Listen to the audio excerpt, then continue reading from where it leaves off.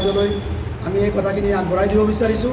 ভাৰত স্বাধীন হোৱাৰ পিছৰ পৰাই আপোনাৰ প্ৰয়াত হৰিনাৰায়ণ বৰুৱাদেৱৰ প্ৰচেষ্টাত যি গাঁওৰক্ষী বাহিনী সংগঠনৰ জন্মগ্ৰহণ কৰিছিলে, এই অসমৰ বিভিন্ন ঠাইত বিভিন্ন জিলাত মানে প্ৰশাসনক বিভিন্ন ধৰণে বিভিন্ন ক্ষেত্ৰত সহায় আগবঢ়াই গৈছিল।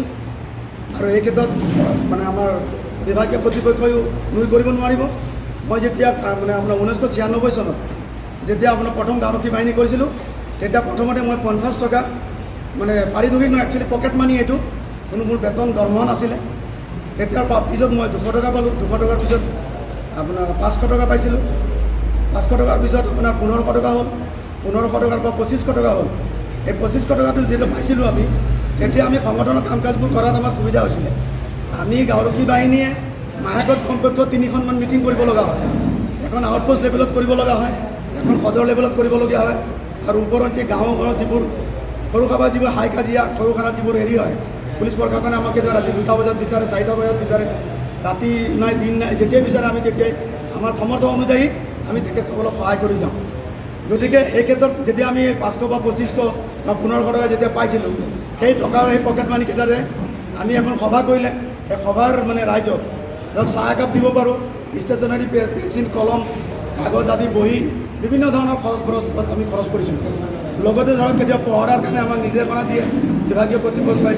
আমি তেতিয়া আপোনাৰ পহৰাত মানে যেতিয়া নিয়োজিত কৰোঁ আমাৰ মানে ভলণ্টিয়াৰসকলক, তেতিয়া তেখেতসকলে ধৰক কেতিয়াবা চাহ একাপ খাব বিচাৰে, টৰ্চ লাইটৰ বেটেৰী বিচাৰে। এতিয়া আপোনালোকৰ সমস্যা কি হৈছে? এতিয়া সেই পকেট মানিটো আমাৰ আজি 4 বছৰে হ'ল প্ৰায়, সেই পকেট মানিটো আমাক বন্ধ কৰি দিলে।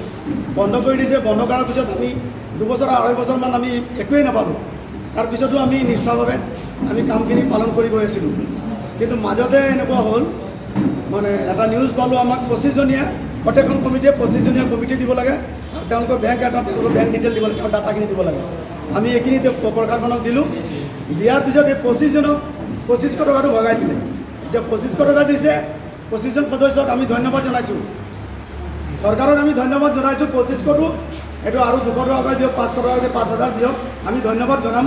কিন্তু কথাটো আমাৰ যিটো মেইনটেনেন্সৰ পইচা, আমাৰ যিটো পৰিচালনা কৰাৰ যিটো আমাৰ পকেট মানি আছে, আমি অনুষ্ঠানটো জীয়াই ৰখাৰ কাৰণে আমি বিভিন্ন শিতানত খৰচ কৰাৰ আমাৰ যিটো পইচা, এই পইচাটো চৰকাৰে বন্ধ কৰাত আমি কিন্তু বৰ দুঃখিত হৈছোঁ।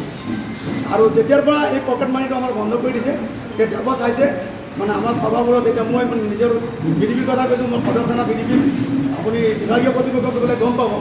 যেতিয়া আমি মিটিং কৰোঁ 150 120 30 এনেকুৱা মানুহ হয়। আমাৰ প্ৰায় 4 বছৰ হ'ল, 4 বছৰৰ পৰা পকেট মানি বন্ধ কৰিছোঁ। এতিয়া আমি মানে খুব জোৰত আনি অনুৰোধ জনালেও 10জন 12জনমান মানুহ আমি পাওঁ, যিখিনি আন্তৰিকতা আছে। কিছুমানৰ আন্তৰিকতা আছে কিন্তু ফাইনেন্সিয়েল দুৰ্বল, তেওঁলোকৰ